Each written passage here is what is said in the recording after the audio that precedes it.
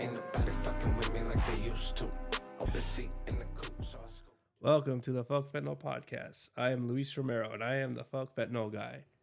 Today, I have a really special guest on episode Ocho. I got my friend Madison.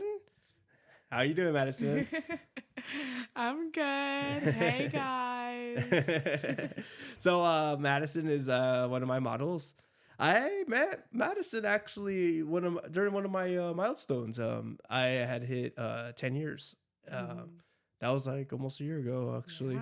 Yeah, and I met Madison at wasn't a meeting I go to all the time, but it was one of the meetings I go to, and you know, she was really loving, you know, the brand Fuck Fentanyl, and became one of my models. And you know, I know Madison really well, you know, but I definitely wanted her to tell her story. And I know Madison's you know, kind of new to recovery, but still you know, is doing pretty well, you know, in my opinion. So Madison, here. I'm just learning how to do all this stuff now. All right, so yeah, how was your life growing up? So, well, first of all, I just want to say thank you so much for having me. Of course. It's an honor and a pleasure to be here. Yeah, of course.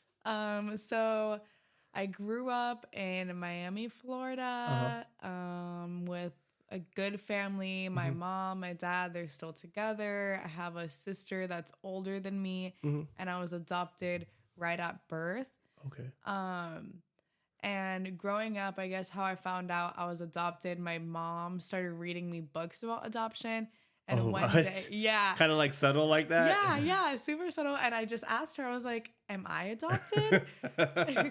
How old were you when you were picking this up? I think I was like in second grade. Oh, okay. I don't really know what age that is. Yeah. Second It's grade. like 7 or Yeah, 8, that's what I was thinking. Something like that. Yeah, so I just asked her and she was like, yes, you are adopted. And the next day I like went and told everyone at the school, like, I'm adopted. Were you happy about it? Yeah, it was never like a bad thing for me. Like, okay. I didn't even know, like, people looked at it like, oh, like, you're adopted. And then when I found out, like, people started asking me like, oh, like, when did you find out? And like, how do you feel about that? And da-da-da-da. Yeah. Then I started thinking like, oh, wait, yeah, maybe it's not a great thing that I'm adopted. Like, why am I adopted? Like, why did my birth mom, like, want to, like, give me up or whatever it is? So I found out that she was a drug addict. And I had a brother, and he got taken away from her when we were, I don't know, when he was younger. Yeah. So she had to put me up for adoption. Okay. And my uncle was working in like an adoption agency and showed my parents, I guess, or like, yeah. So then my parents were like, okay, yeah, like we'll pick her. So your birth uncle pretty much connected you with your parents that raised you. My uncle from my family now. Oh, okay. Yeah, gotcha. yeah. Okay, got you. Yeah. So he was like working in that stuff. And So he's like, hey, you want to? yeah, like, adopt? look at this girl. Baby, look at this baby. Look at this baby. Take this baby. Yeah, literally, pretty much. Wow, that's awesome. So did you grow up with siblings?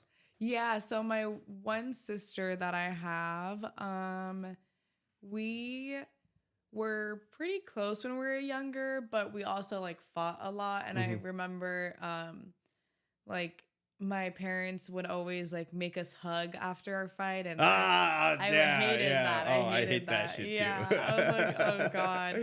But yeah, me and her like we were like close, but not really too close. And like in high school, we went to the same high school for a year. Okay. She was a senior when I was a freshman. Oh, okay. Yeah, and So she thought she was like kind of hot shit a little bit, huh?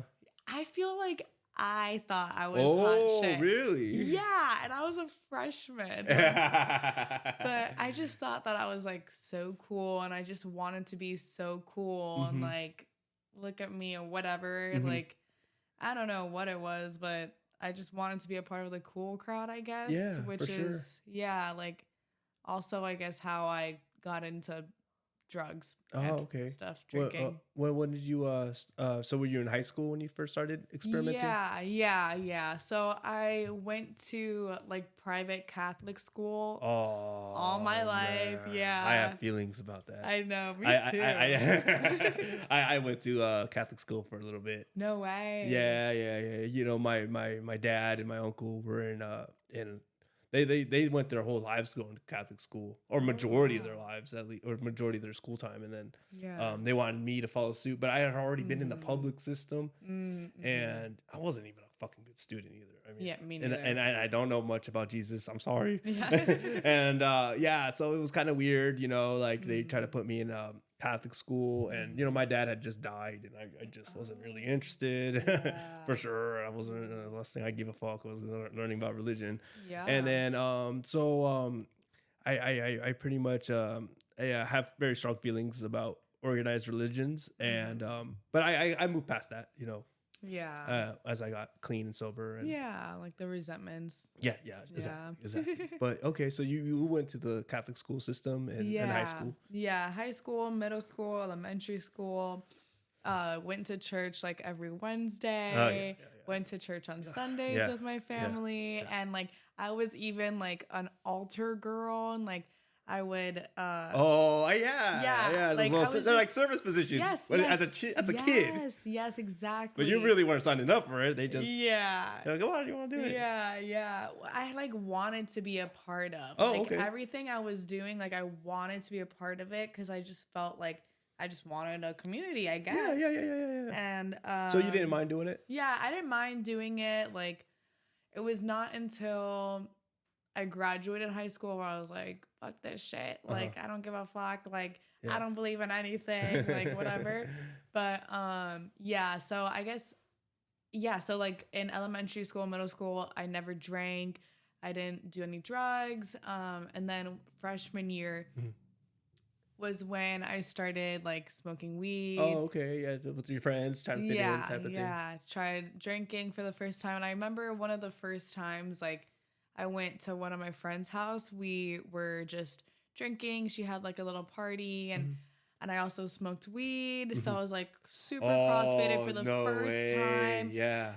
Oh God, it was so bad. Yeah. I remember just like throwing up everywhere, and like I don't remember, but my friend told me like the next day that she had to like shower me and like watch me sleep and like take care of me and stuff. And then the next just totally day, belligerent. Yeah. And the next day I just acted like nothing happened. And, like, my parents picked me up. Yeah. Like on to the next. But till this day, I could not smell Svedka vodka. Oh, yeah. I had an experience like that too. Really? I drank way too much, like almost alcohol poisoning. Yeah, I think that's what like almost I honestly think I had it, but yeah, it was really bad. It got to the point where just smelling it would be like, oh.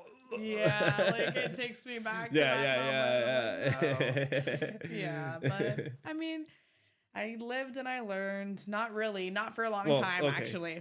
But at least that experience, I won't drink that alcohol, that particular brand. That one, but maybe a different one. And gotcha. That's what I did. Gotcha. Yeah, so high school, just partying every weekend. I was doing volleyball and club volleyball. So wow. Yeah. So you were like an athlete. Yeah. I was a little athlete, I guess you could say that. Well, you know, you were active. You were active and stuff like that. Yeah, and in middle school, elementary school, I was always doing volleyball or soccer or just like just sports. I was pretty athletic as a kid, and so I did that in high school. I kind of was like friends with everyone, like all groups. Like I didn't like have just, I mean, I had like a main group of friends, but I wasn't like, I didn't discriminate against any other groups, you know? Sure. Well, what kind of groups? Because I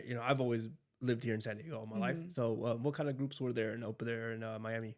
Well, it really, I mean, and just the groups like the popular kids or like the ones that's like, oh, they're nerdy or like the sporty or like the ones that like were known for partying and going out and stuff, you know? Okay, got you. So I kind of just like mixed with everyone. And yeah, but I remember like during that point in high school, like all I wanted to do was party. Like, oh fuck yeah! I did not care about school. Oh like, shit! Why would you? I know boring. it is boring, and my history teacher at the time was so monotone, and like I remember, yes, exactly, like that. I remember like just like not like dreading that class, and like I would just talk about I remember like specifically just talking to like the other kids in my grade, like, oh, when's the next party? Who's having the day jam? Like that totally, like that's what your life was based on. Yeah, like, the next party. Yeah, I can relate to that. Yep. And I've lost my chain of thought. No, it's okay. No, you're good. So you're partying in high school. Yep. Yeah. And so I remember just like wanting to get like the most fucked up. Like I would tell my friends like, I want to get so drunk, I want to forget my name. Like, what? That is not normal. Goals. That's my goal in life. Like, just getting so fucked up. And that's what I thought. I was like, you know what? Because Miami, it's like everyone's partying. Oh, fuck yeah. Everyone's a club promoter. Oh, fuck yeah. Yeah. So I was like, you know what? Like, I could just be a party girl. And like, 'cause they pay some people to like party. Like, they pay like pretty girls to like go to the clubs and like party and stuff. And I was gonna kind of touch on that, like but totally, like if you're like a beautiful girl and you like to drink, I mean that's like they're gonna like you know try to hook you in real quick. Exactly, and that's what I thought. I was like, you know what, that's an easy. That seems like a pretty good life. To me. Right. Yeah, just gotta stay pretty and drunk, and that's it. Exactly. And okay, so you were going through high school drinking and smoking weed. Were you doing any other drugs? Yeah, so I went to a lot of music festivals too. Fuck yeah. What kind of music festivals? Like EDM, like house music, dubstep, techno, all of that. All that. Yeah, for sure. Yeah. And I did a lot of ecstasy, a lot of acid. Oh shit, really? A lot of shrooms. Wow. Both at the same time. Damn. So you had some good trips? Yeah, I had amazing trips, but then I also had like bad ones. You know, there's always good and bad to everything. And but also like me and my friends would like take acid like just sitting in her living room and like just like all alone, or we would do like coke just like in her room all alone, because I had like so I guess this is now I'm going to after high school or like towards the end, like okay, sure, yeah you're transitioning out. Well, I guess actually sorry, no, go ahead, take me back. I think at age 16 is when I got my first fake ID. Oh, hell yes. Yeah. In Miami, like everyone has a fake ID. We were all going clubbing and like we would go through like the VIP section. Wow. So 16 years old, you were in a club? Exactly. And nobody said nothing? No one said anything. Oh my God. Because I was like a young girl. And like that was like yeah. They want that. Yeah, they do, and it's so weird looking back on it. Yeah, now. that is like, kind of inappropriate. I probably look like a little girl, but I did all my makeup and I wore like skimpy dresses and like high heels, so I had to look the part. To get in. Yeah, but definitely looking back on it, I'm like, it's a little creepy that these fucking club promoters and owners would let that happen. I mean, that's totally... seriously. But, wow. You know, and did you ever get caught? I think a couple of times maybe, like they'd be like, oh, like, is this really you? Or like, this looks like fake to me. And I'd be like, oh, no, it's not. Like, my birthday is this. And then they just let me go. Okay. Yeah. Like, I swear that's me. And they'd be like, okay, like, you're good to go this time. Wow. Like, yeah. So did that a lot. Went clubbing a lot. It turned into, like, just the weekends to every day. And then, at my high school graduation, me and my best friend at the time, she still is like one of my really good friends. Like Okay. we still talk till this day. Uh-huh. But I don't know, like we're always like just like doing bad shit, and like we decided to like get coke. Okay. And just for graduation, like we're just like in our gowns, like snorting lines, and like no one else at our Saint, I don't know if Saint Brendan High School, that's what the name was. Like no one else was doing that. Like because they're lame. We got cocaine here. Yeah, exactly. Like we thought we were so cool and so different and like so unique and. Really, like we were probably just hurting inside. Like we were just trying to like numb whatever pain we were feeling. But yeah, like I started hanging out with like the kids that were known to like smoke weed and like the ones that were known to like do drugs. Yeah. And of course, I had to start dating a drug dealer. Oh, well, yes. Yeah. Like, endless supply right there. Exactly. And like, oh my gosh, I remember going on like all these like crazy missions, like I don't know, like just getting a bunch of like driving different places to like pick up all these drugs and like getting introduced to all these like sketchy people and like, and I remember he would tell me like, you know, like, oh, we got to be careful in this area. Like, and he would like carry a gun around and wow. Yeah, like I put myself in really dangerous situations. That's like, a red flag. Yeah, that's a red flag. So we might get shot tonight, but it's all good. Yeah, literally. He would tell me that. We'd just be chilling in his house and be like, people are looking for me. Like, I gotta be careful. And I'm like, oh my God. Like, Miami could be a wild town, man. Yeah. One of my buddies, one of my bunkies at rehab, he grew up in Miami. Oh, no way. Yeah. So I'm a little familiar of the environment. Yeah. People think it's like glamorous and luxurious. So it's like, if you look a little closer, it's not that luxurious. Yeah. It has its inner city. Exactly. Sure. But yeah. So you were dating a guy selling drugs. And he introduced me to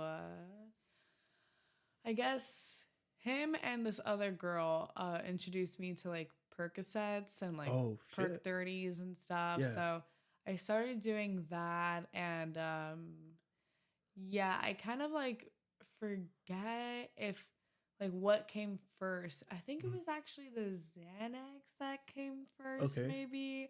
I don't know. My brain is like really fried. No worries. One of them, I did both of them, but one of them, I had another like best friend too. Oh yeah, I think this was right after high school. So my best friend at the time that we did like coke on graduation.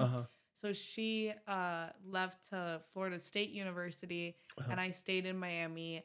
And I had another best friend at the time that was also in Miami, and like we hung out every day. Her mom smoked weed, and we would all smoke weed together at her house. And that was like, you know, like the party house. Like we'll go to Nat's place and like we'll all just like chill and get stoned and whatever.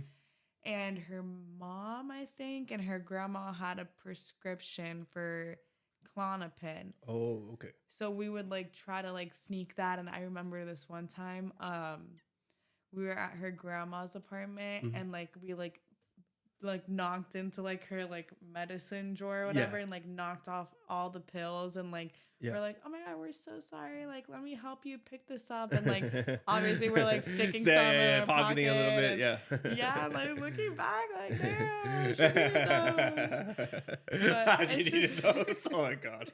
It's just like the crazy things that like I was doing like just to like get drugs and like oh gosh, like. And I remember also one of my friends telling me, because he knew that I started taking like Xanax, and I remember him telling me like, just don't turn into a bar tard. Bar tard. Yeah. I've never heard of that expression. Yeah. But like, I see where he's going with it though. Yeah, and I was like, what do you mean? Like, no, I'm not gonna get that bad. Yeah. Like, I got it under control here. Yeah, exactly. And turns out I did not have it under control. Oh no! You're becoming a bar tard. Yeah, I was slowly but surely. Well, how old were you when you started getting into this? Probably, I want to say like 18, wow. 17, 18. Yeah, so like not really long after. Yeah. But or maybe I don't know if I started clubbing. I started clubbing freshman year, so I don't know how old that is either. I don't know how old I was for any point in my life. But it's okay. I know like the grades. I get the gist here. Yeah, exactly. So yeah, I started doing Xanax and hanging out with like that girl. And me and her still talk also to this day because like we like went through it together. Like we all did, like me, her, and then some other girls. Like it was all of us, and we would all like do all these drugs together and smoke all this weed and then go out or just get so high that we couldn't go out and then just end up like doing more Xanax or more Percocets and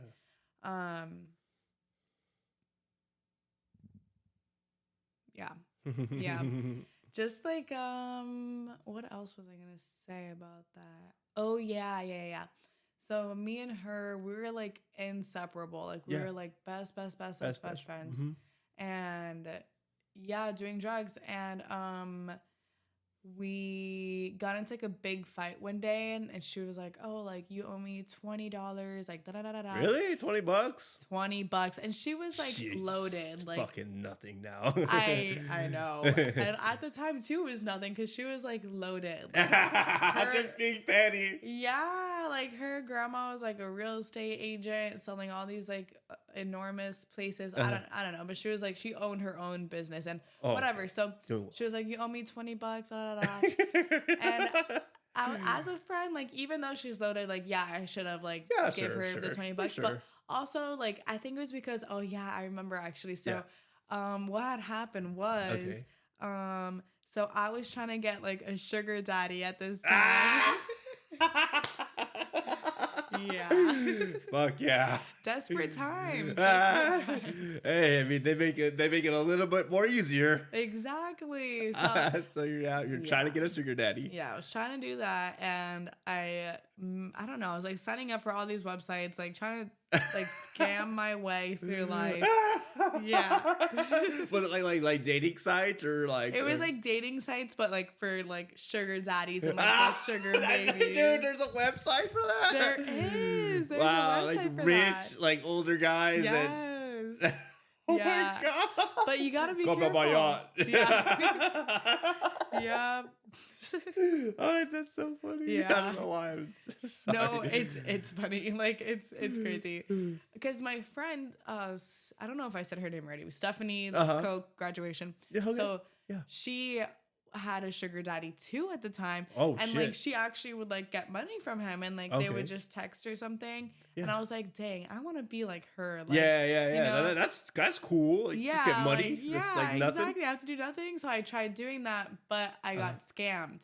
Oh. And Stephanie helped me through that. Okay. And so the guy sent me like $200, but silly me, I sent him like all of my bank account information. Oh, fuck, dude. Yeah. That's the opposite what you want. I know. I didn't know. Fuck. I was a naive little girl. I just wanted money. How much money did they take?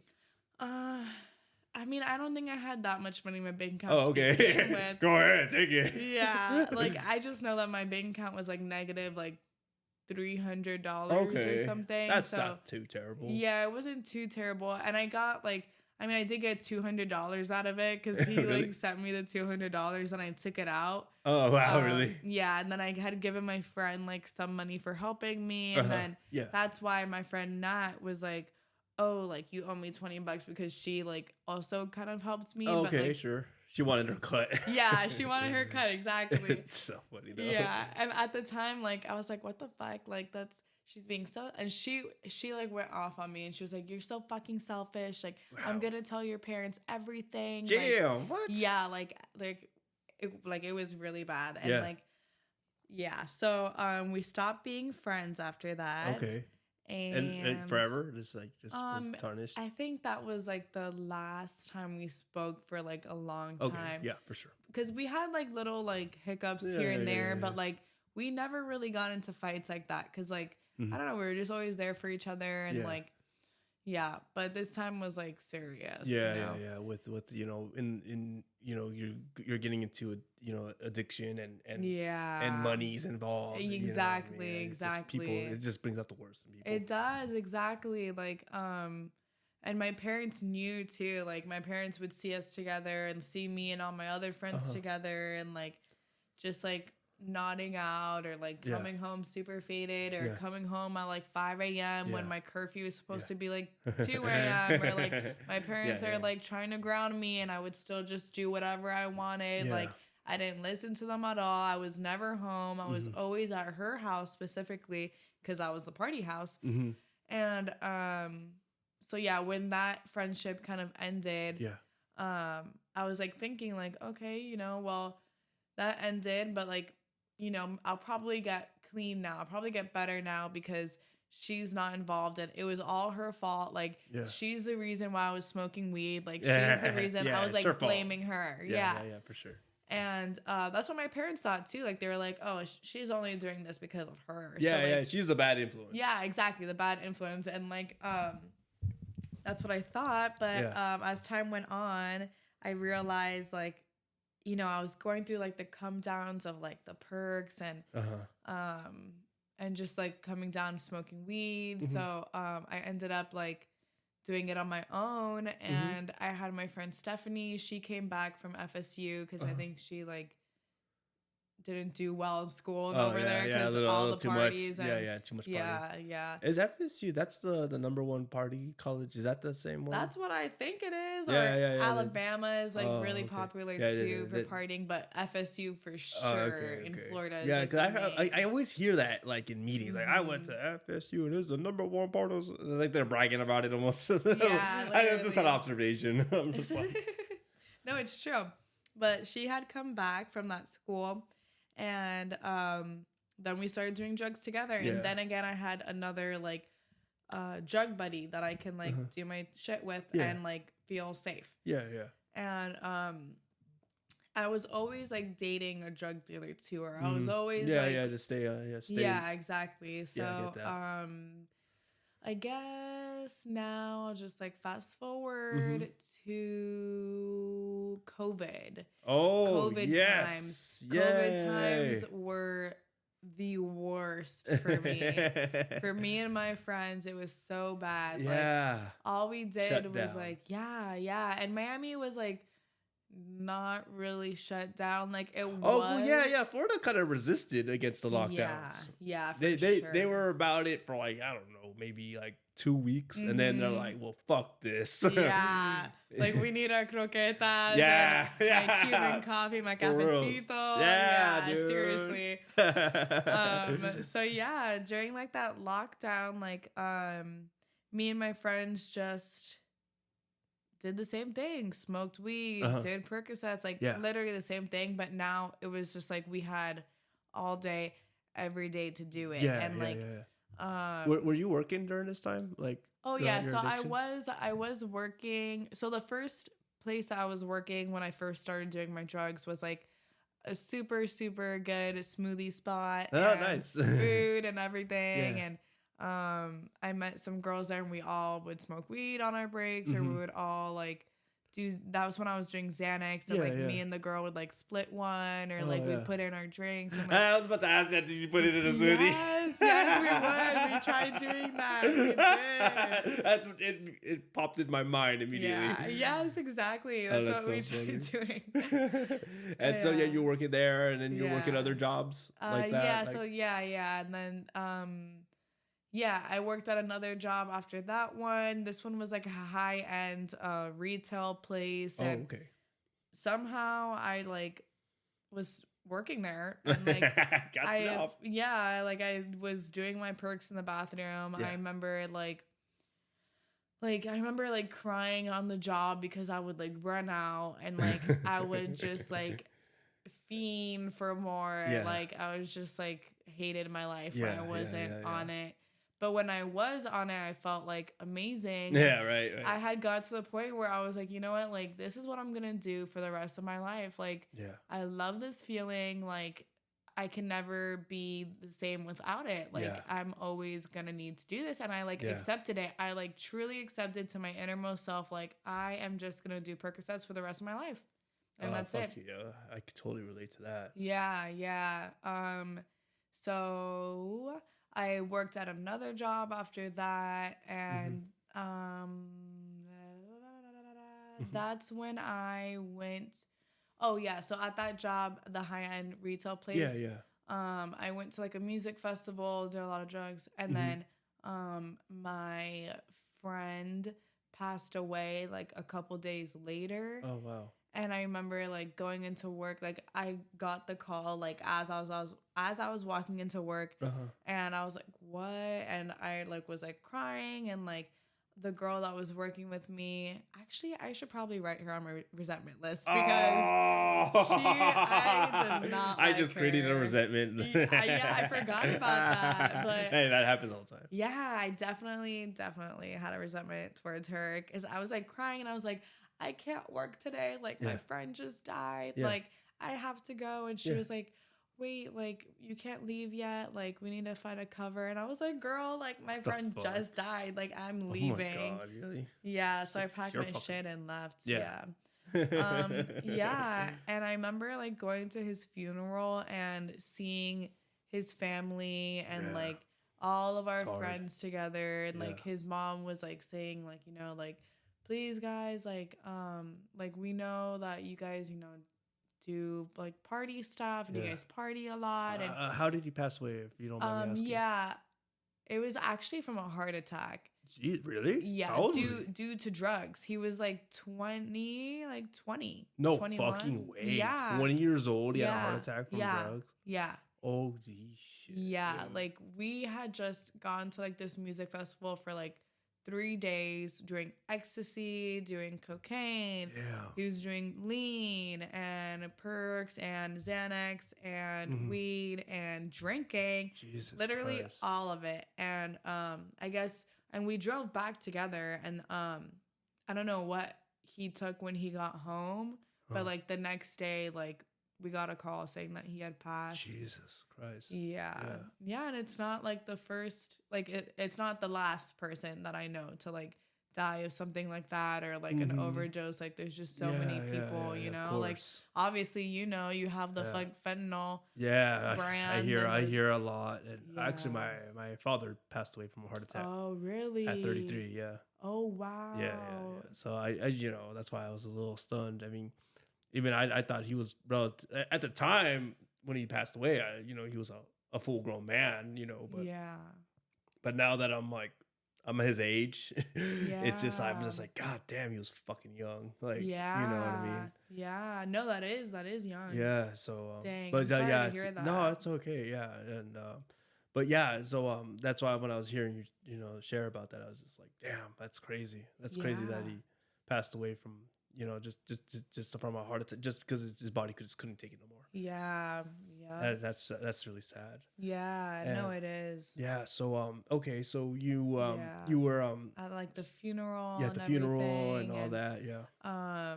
We went. His mom invited all of us over after to like hang out at her house, and I was with his best friend. Like I was dating, and all his like best friends.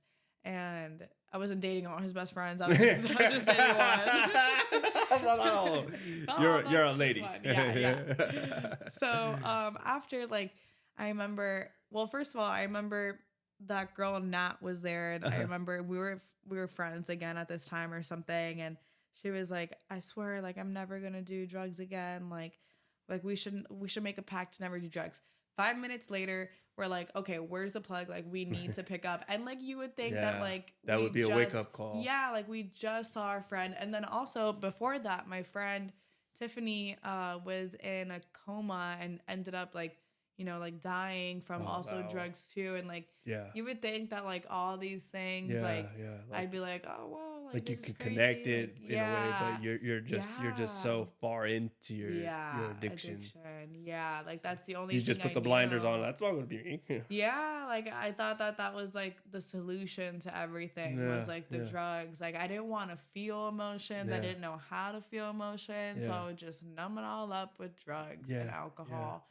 So we immediately went to do that, and we're all super fucked up at his mom's place after the funeral. Like that's fucked up. Yeah. But yeah, that was tough. But got through that. Yeah, and then so you're approaching the COVID times, Yes. and then Yes. so you're out of work and you're Yeah. I'm out of work now. And yeah, so we were just all hanging out, you know. And it had just gotten like really bad, you know. Like I was obviously using every day, smoking weed every single day. And I think I remember seeing like my parents like talk to me about it, like rehab and getting help. And I always tried different therapists. I always had like a life coach. Yeah.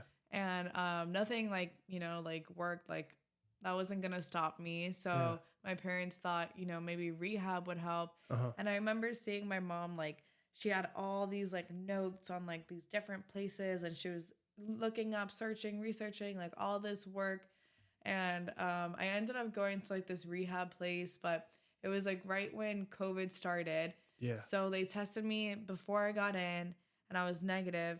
And then I got into like my room. I met my therapist, and they locked me in my room and tested me again and said, okay, until we get this result back now, like you can't leave the room. Sure. And that one, like, it took a while to get, like, the test back because, like, we didn't have, like, the rapid testing and stuff that they do now. Yeah, I remember, Yeah, so it would was take, a process. like, days. Yeah, I remember that. Yeah, I know. I It was can't annoying. believe the times have changed. Yeah. But, so it took, like, 5 days or something. And I was, like, detoxing, like, all of my room. Like, no help. But I remember, like, feeling like I was dying. Like, I was dying. And I was like, and what were you were taking painkillers, Xanax, and alcohol? Yeah, like alcohol, like on the weekends, but it was mainly like the painkillers, and Xanax. And that's brutal. That's a brutal withdrawal. Yeah, it was bad.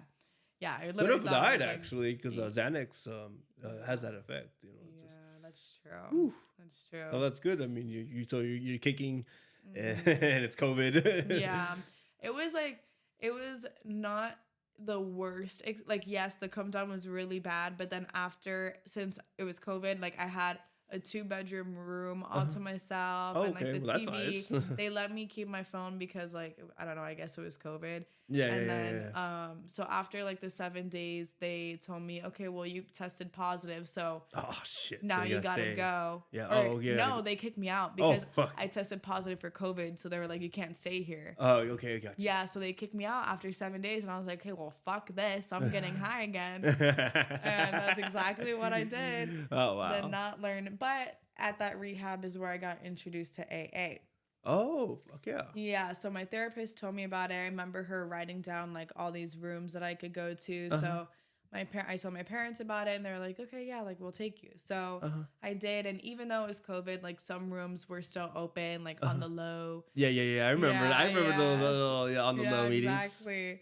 So I went to one, and I think I remember like, so my therapist had told me like get a sponsor, like make sure you get a sponsor. Yeah. So the first meeting that I went to, I asked this girl, she was like around my age, and I was like, hey, like, can you be my sponsor? And so she was, and she took me through the steps, but the whole time I was like still using, and like I was never honest. Like I could not stop. Yeah. Like, you're just kind of there, but you're kind of playing the part almost. Yeah, exactly. I was just playing the part and pretending like everything was okay when like really like it wasn't. I would be picking up dirty chips and like using in the bathrooms, like. And that's not uncommon, but yes, I see what you're saying. Yeah. And like, no, you're good. So yeah, like that's what had happened, and I would tell her like sporadically, like, oh, I relapsed, but I never really was clean, you know? You weren't clean from the start. Yeah, I wasn't clean from the start. I wasn't ready, you know, like I still had a little left in me. So the second time I went to rehab, so I got into a really bad car accident after a night of clubbing, because the clubs were still open. They just had like private tables now, and it was like, yeah. I love how there's fucking no AA meetings, but they're gonna let the clubs open. Yeah. It was cool though, because like it was like you had to know someone to get in. You know? You felt important. I did. I felt important. It wasn't that important when I got into a car accident, though. Oh, that's not good. Yeah. So, what happened in this car accident? How bad were you hurt? This one was after COVID. Like, things were all opening again, slowly and surely, I think. And I worked at an event agency, so I would like host all these events, and like, I thought it was a shit, you know, for sure. I was working to party again. Like all I wanted to do was party, and I thought this was the perfect thing. And it was so much fun. Like I had so much fun setting these things up. But one night I was an intern at this place. So one night I was drinking, and I was getting all these drinks for free, because like the people at the bar is like, oh, you're the intern. Like you give us our checks. Like here, have this. Vodka Red Bulls all night. I remember taking Xanax and just drinking a lot. Yeah. And I remember my dad texting me like, Mad, like, come home. Like, it's 3 a.m. Like, where are you? And I was like, okay, I'm coming home. And the accountant guys, they stayed up until like 7 a.m. Like they were counting money, doing cocaine, and all this stuff. And they were still, job. Right? I was like, what? Like counting money and doing cocaine till 7 a.m. Yeah, like, right. That sounds like the life to live. But so I was leaving, and I remember one of the accounting guys like telling me like, yo, like, is she okay to drive? Like, is she good? And he was like, oh, yeah, like, whatever. He just, like, brushed it off. And I was like, I'm fine. Like, everything's fine. But I was, like, barred out and, like, drunk as fuck. And I don't even remember really, like, how this happened. But I was driving, like, towards my house. But then I ended up, I guess, getting off of the highway and, like, getting back on. But to go, like, towards the party again, basically. Right? You're like on autopilot? Yeah, literally. And I had no idea. So I guess I like blacked out. Yeah. And I woke up like to hitting a car, and my car spun across like the freeway. Yeah. And hit like another car. And Jesus Christ. Yeah. Thank God I didn't get hurt. I don't think anyone got hurt. Yeah. But there was an ambulance that came for the other people in the car. And then my parents came too, because they had my location. They were tracking me, and they told me like, Mad, you know, like my parents call me Mad in my family. So Mad, where'd you go? Like we saw you at Dice. Like you probably picked up weed from the place you used to work at, and you probably went here and there. And I literally had like no recollection of what the fuck they were talking about. And I just went along with that. I was like, yeah, I don't know. Like, I don't know. I didn't like, no, so deny. Yeah. So, that was like the first real experience that like I blacked out, and like, I did not remember anything. And like, that was kind of scary. And I was like, dang, like, okay, like maybe that is a little wake up call. Yeah.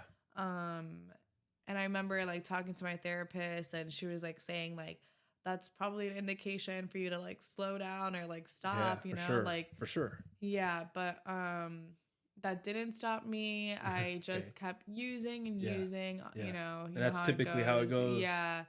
And then, I ended up going to rehab for the second time. Okay. And this time, like, I thought I really didn't want to stop. And I was like, you know what? I got this. Like, it's all good. I was going to all the groups and everything. Sure, like I was participating in the rehabs. Okay. And then I met a guy Oh, at rehab. you met a boy. And Yeah. it just kind of went a little south after that. Yeah, exactly. So, yeah, I had a little rehab romance, and I can't believe that happens. I know. I had like 2 rehab romances while Oh, I was wow. there. I know, it was like crazy. I thought I was like focused on my recovery, Yeah. but like my addiction just went to like men Of at that course, time, you know, of like course. it like shifted from the drugs to men, and Yeah. like what else can I get more of, and like, you know, yeah. Like this guy's giving me attention, and I exactly, you know, like I love get- the attention. Gotcha. So yeah, we started hanging out, and like we both lived in a sober living. And then after like a month or something in the sober living, we decided that it would be a great idea to live together and move in together. A fairy tale romance. Yeah, fairy tale rehab romance. Yes, I love those. Yeah. Oh yeah, and then also, so the rehab romance that I had before this rehab romance in the same rehab. Yes. So this one, he got an M tattooed on his face. Isn't that crazy? Fuck, On dude. his face. Oh. I know, like that is crazy. How long did you dated him for? Oh, dude, we were in the rehab, so it It wasn't that more long. than a month. Oh my god. I know. I was like, and then I broke up with him the next day. I was like, that's Oh, too much. fuck yes, dude. That's too much. I was like, this is too much attention now. Like, I just wanted a little attention. yeah. Oh Exactly. my god, what did you do after you broke up with him? I think he just went back home to like Ohio, wherever he was from. And I was like, well, you know, at least the M could be for mom now. I love you, Mom. Yeah, I was really love thinking you. about you in the rehab. Yeah, this was for you. But yeah, it was crazy. It was crazy. Oh my god. I That's know. awesome. Yeah. So you crushed this man's soul, and then you went to another guy, and then you lived with him. Yeah. What else happened? So we went to Indiana. I went to Indiana to meet his family. Oh, okay, sure. I know, like I really don't know what I was thinking, but whatever. So It'd we be went like that. Yeah. I was like, oh, this is the love of my life. Yeah, number for 2. sure. And Number 2. Yeah. And he's no face tattoos. Yeah, no face tattoos yet. Yeah. Soon he will. Yeah, soon. But so yeah, we went to Indiana, and at this point I had already relapsed at my sober living, because you know how there's like some shady sober livings. Oh yeah, for sure. Yeah, and I'm pretty sure my house manager was like using the whole time. She never drug tested us. Like, oh wow, yeah. Yeah. So it's kind of like a party house. Exactly. In a way. So I was like, you know what? Well, and I was watching, you know, do you know the show Euphoria? Oh yeah, I've heard of it. Yeah. So I never watched it, but I heard good things about it. yeah, it's a really good show. But like the main characters, it's like all about her and like her in high school, and like how she's using drugs and stuff. Okay, and got you. They show her like snorting stuff. Yeah. And so I was like, I like used that as an excuse to relapse. I was like, well, you know what? Like, I want to be like her, and like they made it look kind of glamorous. Oh, I wanna really? say. Like kind of like they did, but they also did show like the bad parts. Like they showed her getting into fights with her mom, and like having to sneak it. But I guess I thought in it your was mind glamorous. it looked glamorous. Yes, exactly. Yeah. So, Well, you know where I grew up, I like to watch what's that movie? Oh yeah, Scarface. And they made like cocaine and drug dealing look so cool, but you forget in the end they fucking killed that fucking guy. Yeah, exactly. So yeah, I get what you're saying. Yeah, I see what you're saying with that. Yeah. So so you relapse after getting into the sober living. Yeah, and I relapsed, and then I didn't tell the guy that I moved in with that I had relapsed. I just, because at this point, like I wasn't like full blown relapse mode. I just was like using like a little bit, like once, I don't know, every other day or something. It wasn't that bad yet. Yeah. So I didn't tell him, and then we went to Indiana, and then he like his nose, like he would always like scratch his nose, and his eyes were like his pupils were always like so pinpoint. And I was like, and he would talk about like his drug dealers and how he would get drugs for so cheap over there. And I was like, well, we should get that. Like, we should do that. And he'd be like, no, like, I'm not going to do that to you. Like, blah, blah, blah. And I was like, oh, what a gentleman. I know. I was like, you literally can't. I didn't tell him still that I had relapsed. Okay, gotcha. But, gotcha. And I thought like this one night I had a suspicion that he relapsed because, you know, his eyes and his like nose and whatever. Yeah. So I was like, kept asking him. He kept denying. And then we got back to Miami.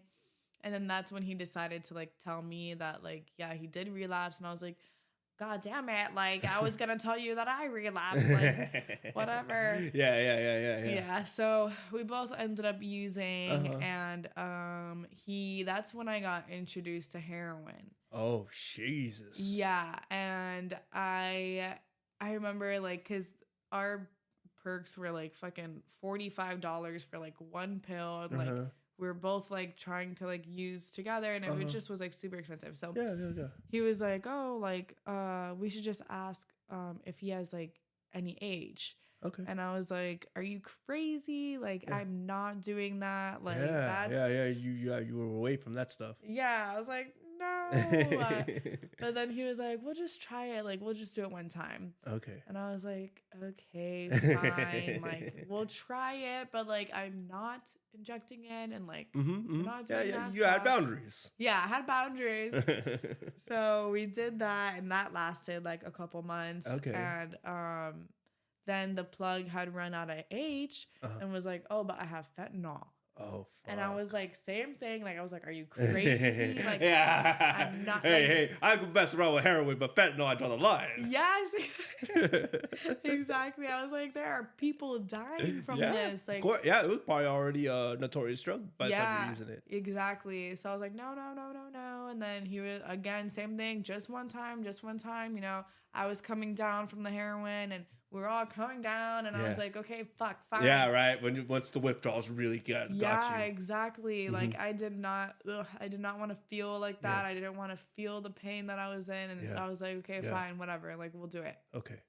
So we did that. And then that also lasted a couple months. And it just got like really bad, you know, like I was super fucking depressed. Like, I mean, every day since like high school, I was really depressed. Like high school, smoking weed, like it was all just like a facade that I put on, and like I acted like I was super happy, but like every day I like wanted to like die. Like it was so bad, and I was not the same girl that I used to be. I like completely changed.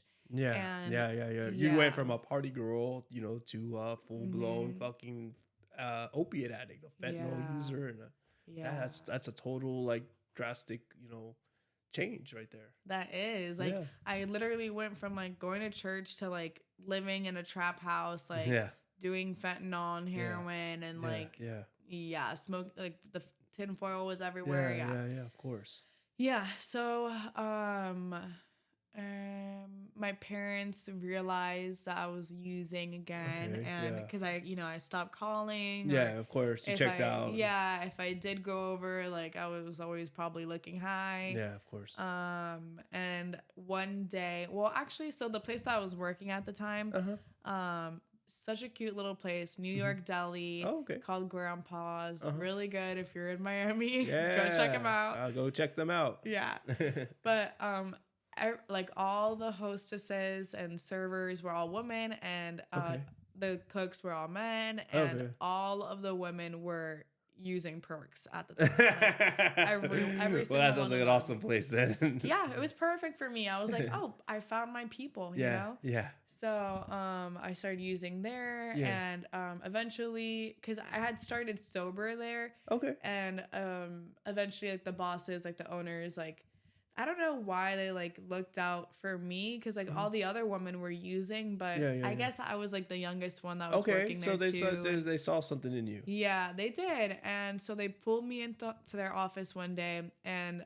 they're like, you know, like, what happened to you? Like, are you okay? And I just broke down and I started bawling and I was like, I relapsed. Like, I'm so sorry. And I was like stealing like so much money from them too. Like so many bagels, Hey, I mean, it is what it is. It's the restaurant industry. I had to do what I had to do to survive. You know? I had to. Oh my god. I didn't have whatever. That was my choice. But yeah. So they were like, "What can we do to help? Like pack all your stuff. Like you can't live with that guy anymore. Okay. Like we gotta go." Yeah. And I was like, no. Like I was like sobbing. Like I'm so sorry, but I was like, but I'm not gonna do that. Yeah. Like I want but no, like no. So they're trying to save their bagels here. Come on. Yeah. So So what happened? So a couple days went by and I get a knock on my door, and the guy I was dating was like, "It's your parents." Oh, and shit. I was like, what? Yeah. Like our apartment was like a freaking, it literally looked like a freaking trap house. Like yeah. Not a site you want them to see. Not a site that I want them to see. Exactly. So I like went outside and I was like, what are you guys doing here? And they were like, pack your stuff. Like we're going to rehab. And I was like, yeah. No. Yeah. But at the time, like I knew, like obviously, I was doing fentanyl and heroin. Like you knew it was coming. Yeah, I knew it was coming, and like I didn't want to live that life anymore. Honestly, like I had no money, or I was like using all my money just for drugs and like just surviving, like not living. Like just every day was a struggle, and like super depressed. Didn't have any friends. Like family wouldn't talk to me, and just felt like really isolated. So, when they told me I was going to rehab, I was like, okay, like, yeah, like I'll go. Like I do want my life to get better. Like I don't want to live in this depression forever. Yeah, of course. So, I did pack my stuff and went back home for like a day to like really pack all my things. And then I remember the guy I was dating like came and dropped off like a baggie before I went, so I wasn't like coming down. Oh, what a nice guy. Yeah, right. Gotta have that one last thing. Yeah. And I remember me and him were like trying to like set up going to the same like detox and like the same rehab place.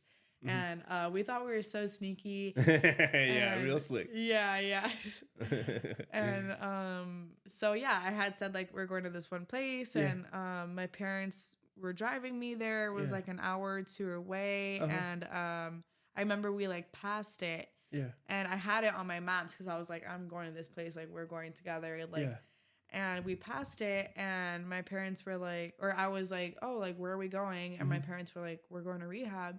And I was like, no, like, we just passed it on my maps, like, where are we going? And then my mom turns around, and she's like, Mama, like, we know that, like, Devin was also going there, too. Like, oh, they saw through your game. They did. And at that moment, I, like, lost my shit. I was yeah, of course. I was like, what the You're fucking up my plans here. Yeah. Like, I literally was like a monster. I was like, what the fuck? You guys don't fucking get it. Like bitching at them. Like, fuck you guys. Like, literally going insane. And then, like, my poor mom, like, my poor parents, like, they were like, what do we do with her? Like, she's crazy. Like, what the fuck?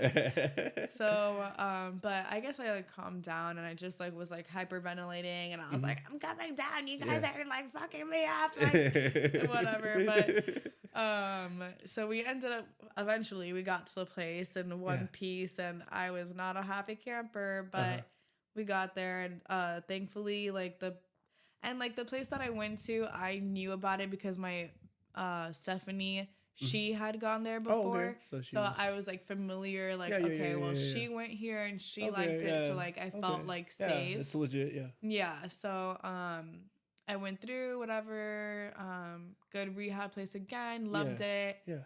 And I think, that's the last time that I used was before then. So oh, really? Yeah, my sobriety date is May 15th, 2022. Oh, fuck yeah. Yeah, so Oh yeah, yeah. Let me do this. Yeah.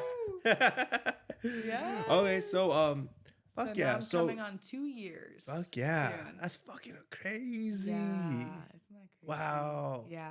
Wow, time flies by. Yeah. So okay, so you got clean and sober at this rehab. What brought you to San Diego? Yeah. So my therapist, well, I was on a therapy call with like my family and stuff, and Yeah.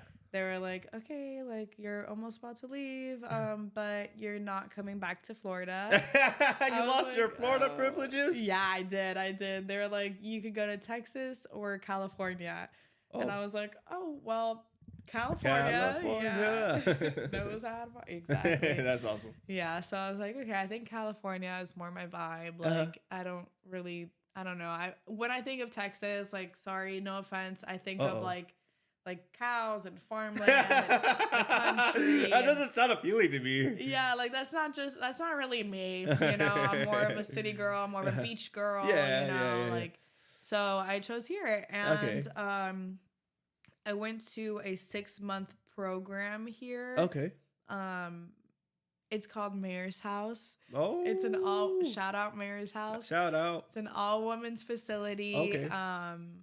It's just like a sober living, but also like more intense. Like, we have to tell them everywhere that we go. We have to get it approved. We have to turn in our phones. Very structured. Very, very structured. They would see all of our card payments. Okay. We couldn't spend more than like $100 a week or something. Wow. Like, Okay. it was because like the whole thing was like they wanted to like teach us how to live, basically. Exactly. Yeah, I get that. Yeah, so it was really, really good, and like it really, like, a lot of the girls there like did not make it the 6 months. Like, they would leave and they'd like say, fuck this place, like I can't fucking do it. Yeah, that's a lot. I like, it was a lot, but like I needed the structure, and like thank God, like it helped me so That's much. awesome. And like I'm so grateful for That's them. awesome. And everyone that I've met here, like now, like I'm just like, people know me as like the girl that's just like always smiling and like, I know. in La La Land. Like I'm just like happy to live, you know? Like I love seeing you every time I see you. You're like just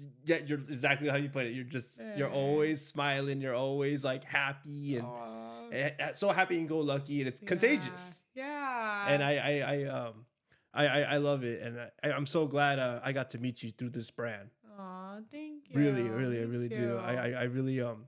I really do appreciate everything you've done, and like, and you are an inspiration to all the other young ladies in recovery. Thanks. Really, That's so sweet. Stop. I really mean it, and I just keep killing it. I would love to have you back on here. Yeah, For sure. For sure. I had a lot of fun doing this. Me too. Thank you so much. Yeah, that's pretty much it. Now I'm just, a happy girl. Fuck yeah. And, I've been sober for almost 2 years. I manage a surf shop. My family and I relationship is so good now. Hell yeah. Like everything. I have like my family back. I have my friends. I have a good group of people here. Good sober community, and of course life is not like perfect, and I have my ups and downs, and it's not all rainbows and butterflies, but like it's so much better than like when I was using, like my worst day sober is better than my best day using. That's exactly true. That's the quote. True. And I stand by that. Yeah. Fuck yeah. Well, thank you so much for coming on, Madison. Thank you guys for listening. All right. Hope you enjoyed that one, everyone. Yay. Bye. Oh, it's so